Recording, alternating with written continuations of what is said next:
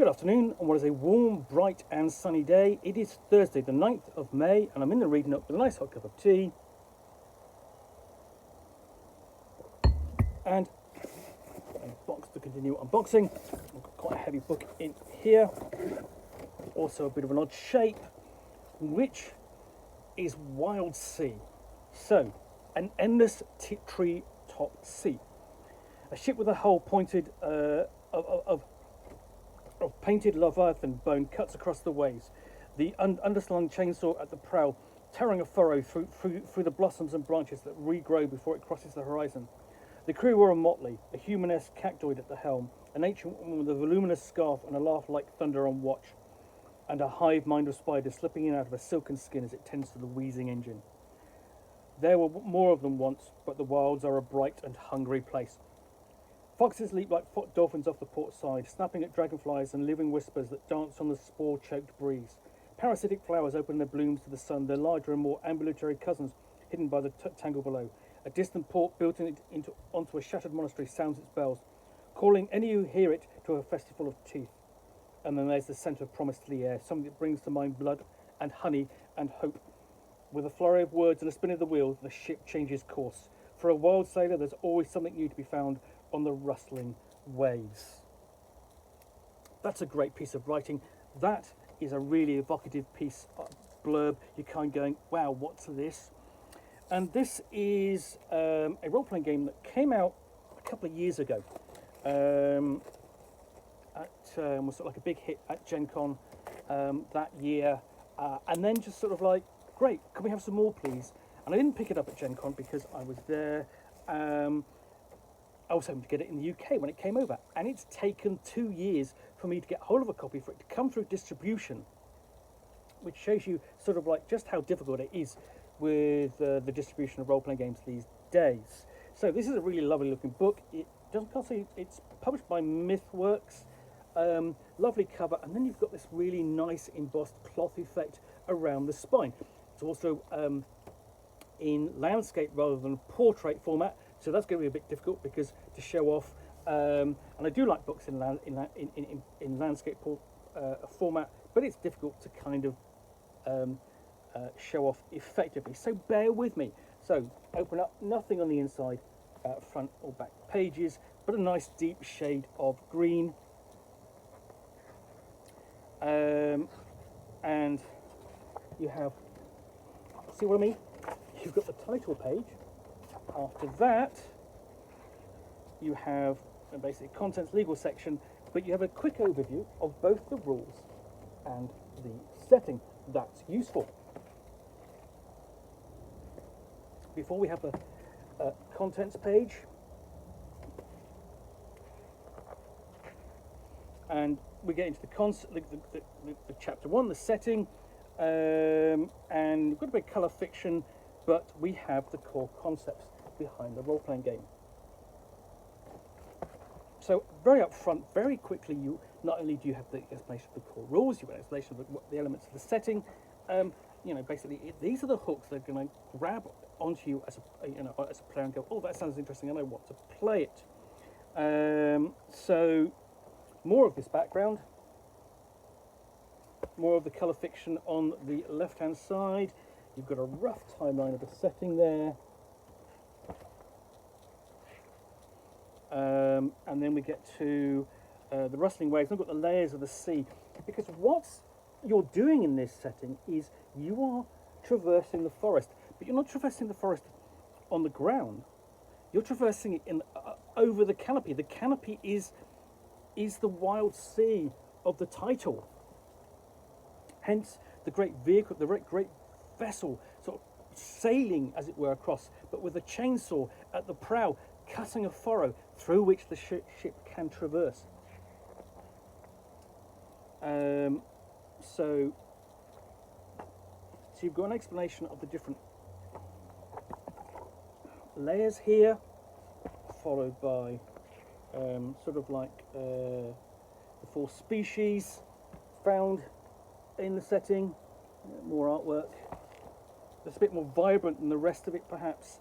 And then the roles of essentially what the roles of the wild sailors, aboard ships, how travel is done, including wave walking, interesting, and this is a view of what one of those ships looks like with the great cutters on the front.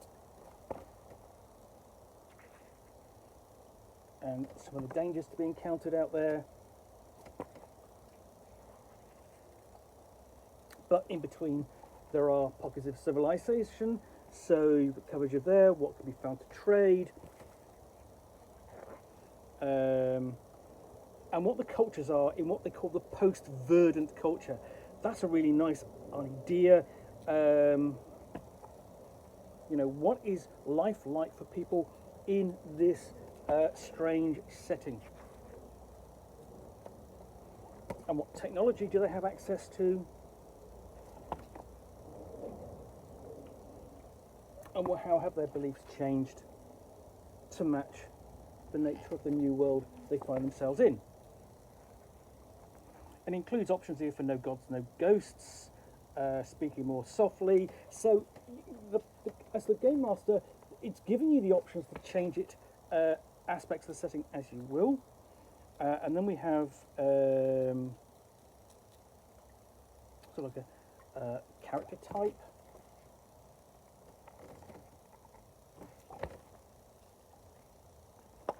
And then we get onto the possibility of essentially chapter 2, the mechanics, explaining the Wild Words engine, and the character sheet. So you've got a breakdown of what that's like, and how the adventures are structured with scenes, montages, journeys, and so on, conversations, so explanations of that. And then you've got an example in play, just a little one, but it's a start. And then hooks, and so on, and arcs to really get the player characters involved. Essentially get the player, not just get the player characters, get the characters and their players involved, or vice versa.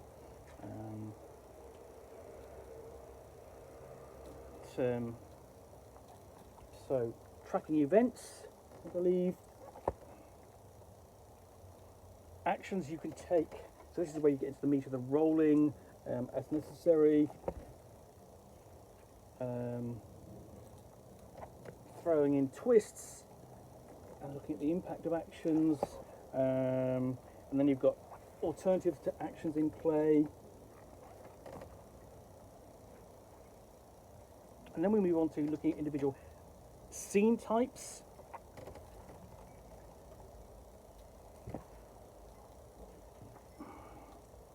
So, exploration. Again, with an example there. Exploration in play. And then it's presumably going to do that for each of the different types. You know, so you're collecting resources. Engaging in interaction, and again you've got an interaction scene example in the middle there.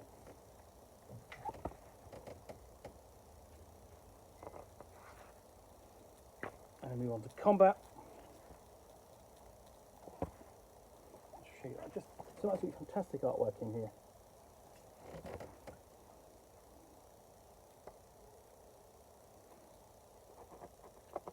And so on.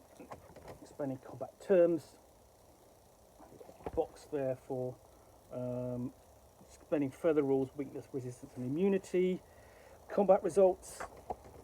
And so we've got tables for combat results, and then an example of combat play. I do like the fact that there's constant examples, and it's not just the constant examples. They're box sections. They're easy to find. They're easy to read. And then you've sort of essentially got discussing. Well, the Wildsea is dangerous, so there's always the threat of death. And then next scenes are montages, how to handle those, such as peace and preparation, good examples, tasks, including exploration, acquisition, example tasks in play, so how they are handled. So essentially, they're interstitial scenes, but essentially they can set a lot of flavour up and detail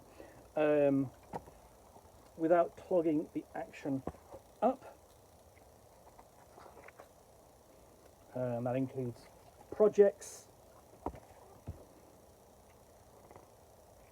and then we have how journeys are handled, traversing the waves.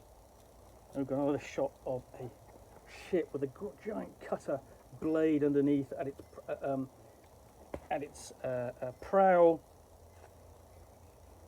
So how to handle the departure of a ship, because setting out is important, and again, departure in play.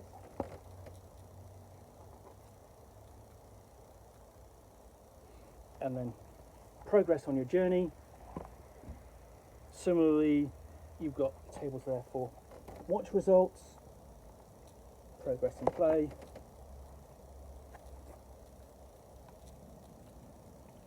discussion of, you know, things you can have whilst you're at helm, or you can do whilst you're on your at the helm, on watch, and possibly even make discoveries and what might happen whilst you're making progress. So things can go on.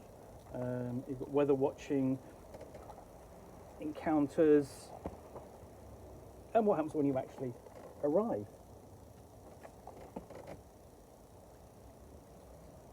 And then we look at character elements. So this is backgrounds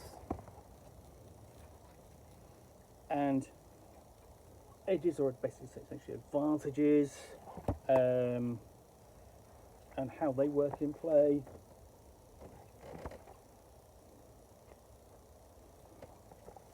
Skills.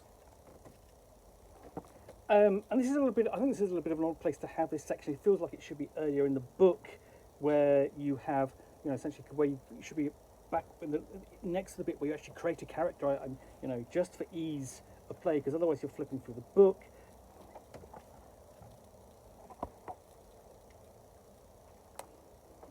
So, section on skills and languages. And different aspects of the character, and flipping over how to develop them, how to create unique ones,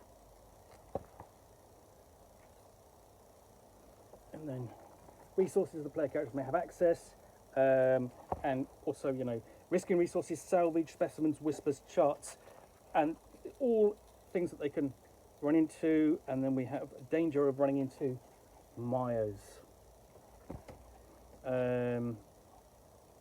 Wildsea takes its toll on those that sail it, bringing out more of their insecurities, phobias, and savage tendencies the longer they stay away from port. These are the mires of things that drag you down. So you've got those, but you've also got, you know, doing so in adventuring and exploring, you can reach personal milestones, and these are handled up using personal tracks, including you know, projects, benefits, and injuries. And then finally, so essentially, you know, it looked like you had a proper explanation of character creation earlier in the book, but you don't. It's up here, it's further onto the book. So I sit here in the Nook corrected. So, you know, before you type furiously down there below going, you've got it wrong. So you've got a quick guide to quick start characters. So quick lists and references for you can make your characters easily and quickly. So you just sort of pick these pages and go through and make some choices.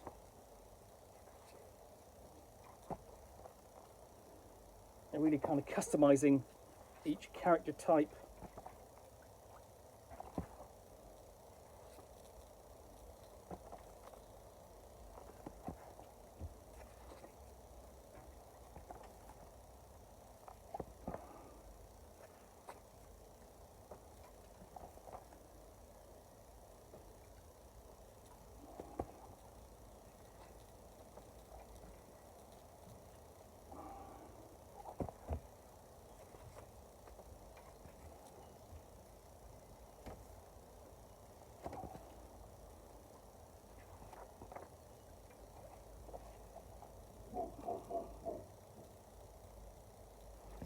As I say, this is not an easy book to show off. You've got, actually, really, you have got a lot of quick start options here. So, you know, essentially quick start kits. So 1, 2, 3, 4, 5, 6, 6 here.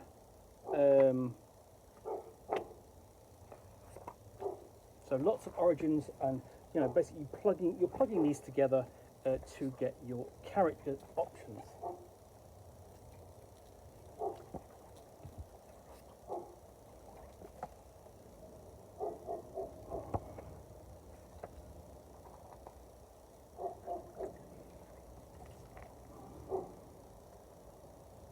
So there's always, of course, a chance to show off this really nice artwork.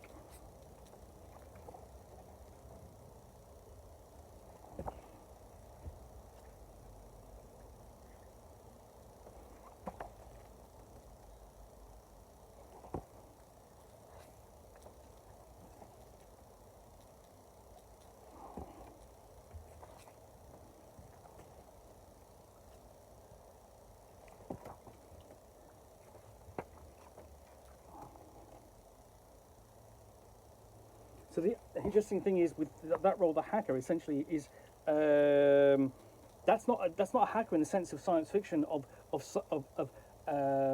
hacking computer systems. That's hacking through the Wildsea. That's hacking through the treetops to get from one location to another. So these are posts. So you've got sort of mixture here of posts, which is essentially what the player character does. Then you have origins, which is where they come from. And then bloodlines represent essentially what they are. So you basically you're kind of combining those three to get your player character at the end.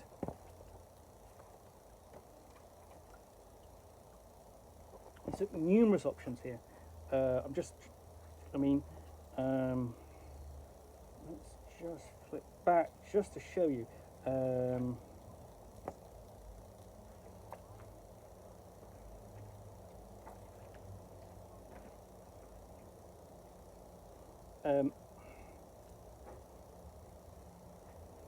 So you've got the book, and all that is just quick start options, just page after page of quick start options.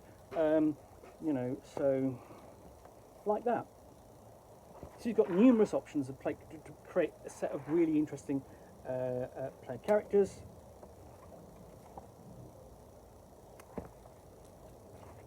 And I'm going to flip forward to the next chapter, where you have ships and ship building, because this is going to be important, because that's how you're going to be traversing the world, taking to the waves. And you've got such fantastic artwork there. So you've got a guide to creating your ship.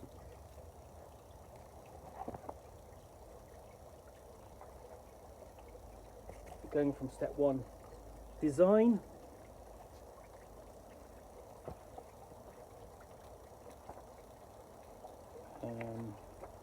So that includes your choice of hull, your bite. Essentially, bite determines its motive force, how it cuts through or otherwise traverses the vast canopy of the rustling waves. Engine.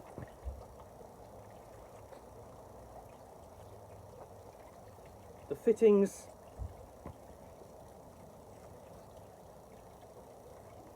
Additions. And armaments.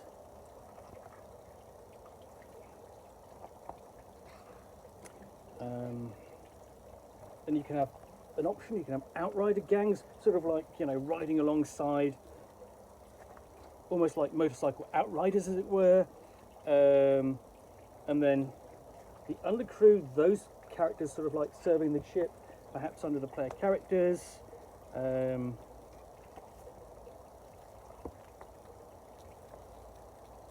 then we have the Firefly guides. This is the section for the referee.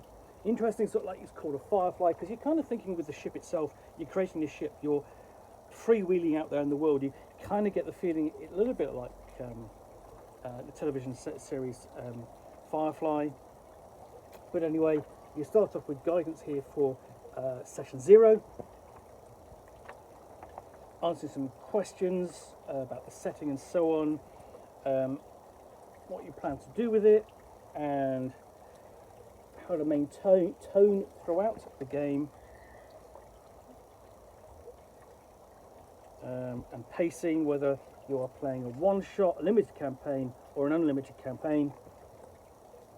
And you've got a guide here to the classic Wildsea session.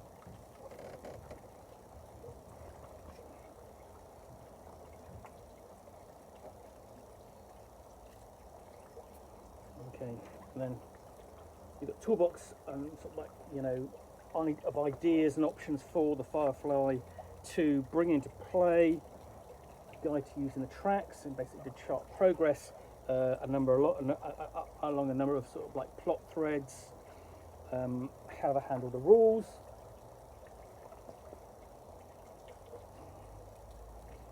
using twists and scenes. So lots of good advice presented to the Firefly, to the Game Master, including for montages, handling rewards for the player characters and their progress, and possible consequences as well. How to create NPCs.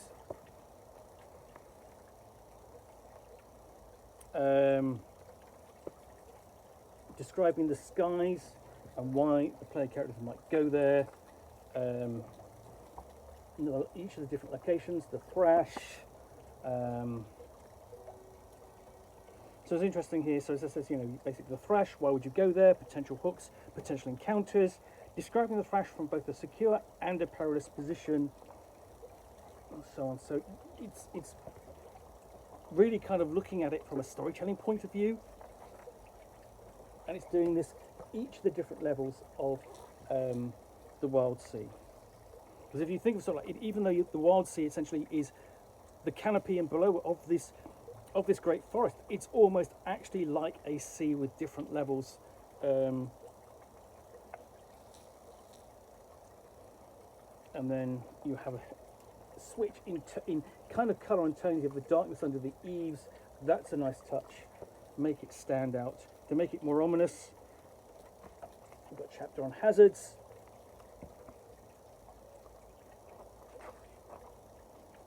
And as well, guide on how to use them.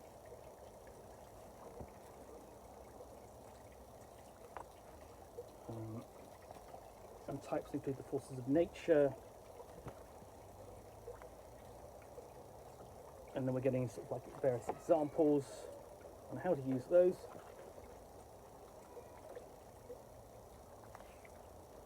And we have the bestiary.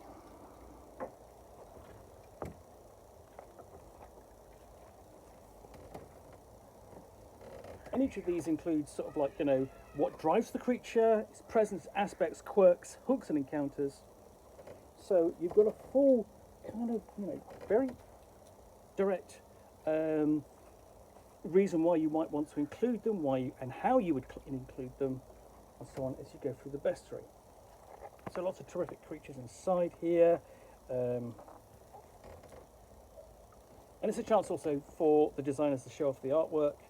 And then, for example, we might have extra things here. We've got the Triphorodons. So we've got the gardens, or Panorama Gardens as another location.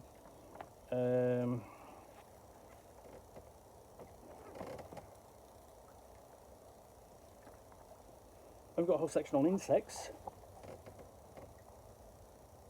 And that's definitely not an insect that you would want to meet. And plants.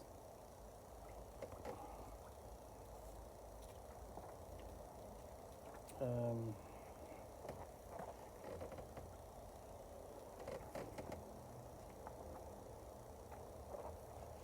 constructs, which is that.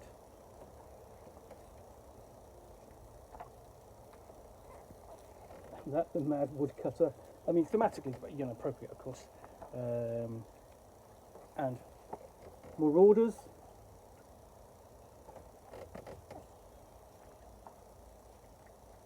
like the Bloodmore Pirates.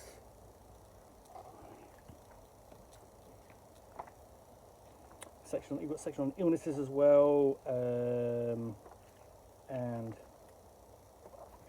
Leviathans. Because it's a sea, of course you've got to have Leviathans, but these are going to be, I've got Leviathans almost a sort of like a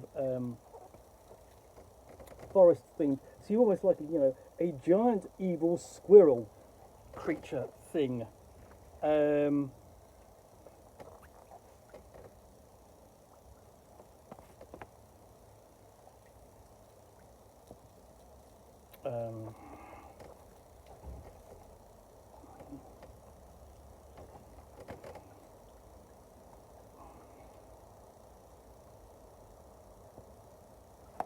then below you have the Queen Beneath.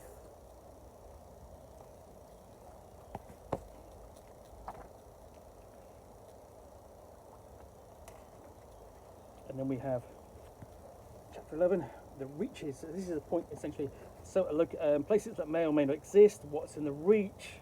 So we have like the fox loft.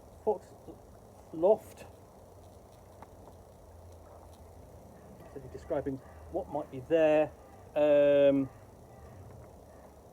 Essentially, what might be encountered there, what might be found. All of these different locations which the game master, the Firefly can bring into play. And then we've got resources for the Firefly. So extra tables, a couple of more details, options, and we've got another region. Sorry, I'll see that. There we go. The Icterine.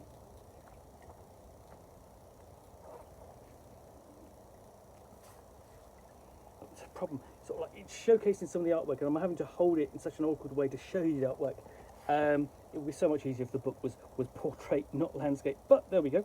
And again, more resources for the for that section.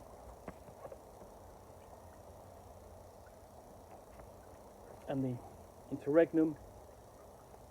Let's do the same thing, so I'm just going to flip further forward to see what else we've got in here. Or this is almost as if you've come out of, you know, the forest and up into sort of far above the forest line. So you have a, you know, a giant ice creature thing. And here's some of the encounters. So it's not just the forest, the world that dominates it. You can get above it.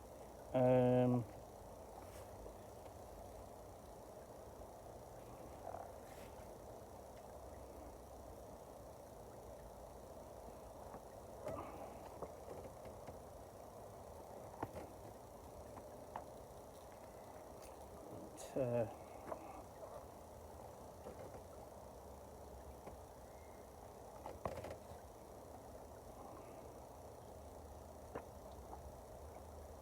got the Kremich Surge.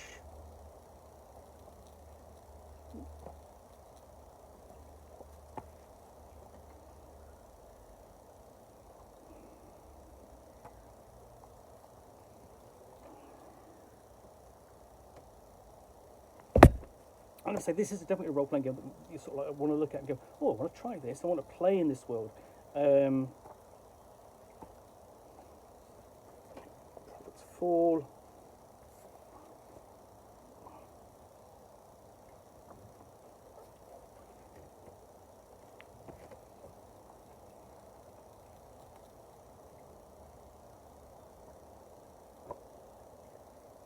And then you've got table resources. Things that you can rely upon to use at the table. So things like list of common names, alternative twist rules, mayfly rules, dragonfly rules, and so on. Just you've got a dragonfly sheet and a weather tracker.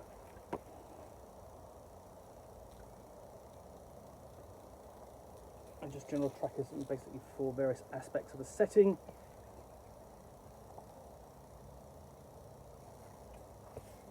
A glossary of terms.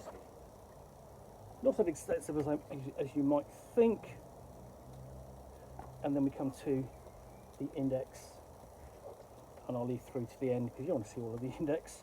It's not very long, but we've got more artwork at the end.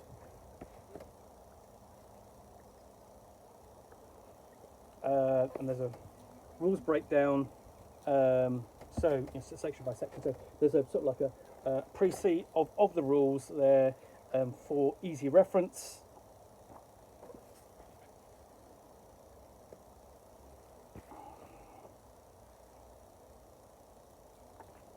And a list of all your Kickstarter backers.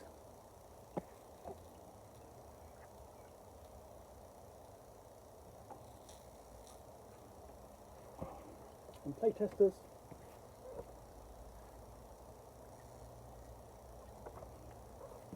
And your sheets for things such as your character and your ship and so on. And then we've got little thumbnails for each of the designers and artists and authors and so on the project. So that is the Wildsea, published by MythWorks.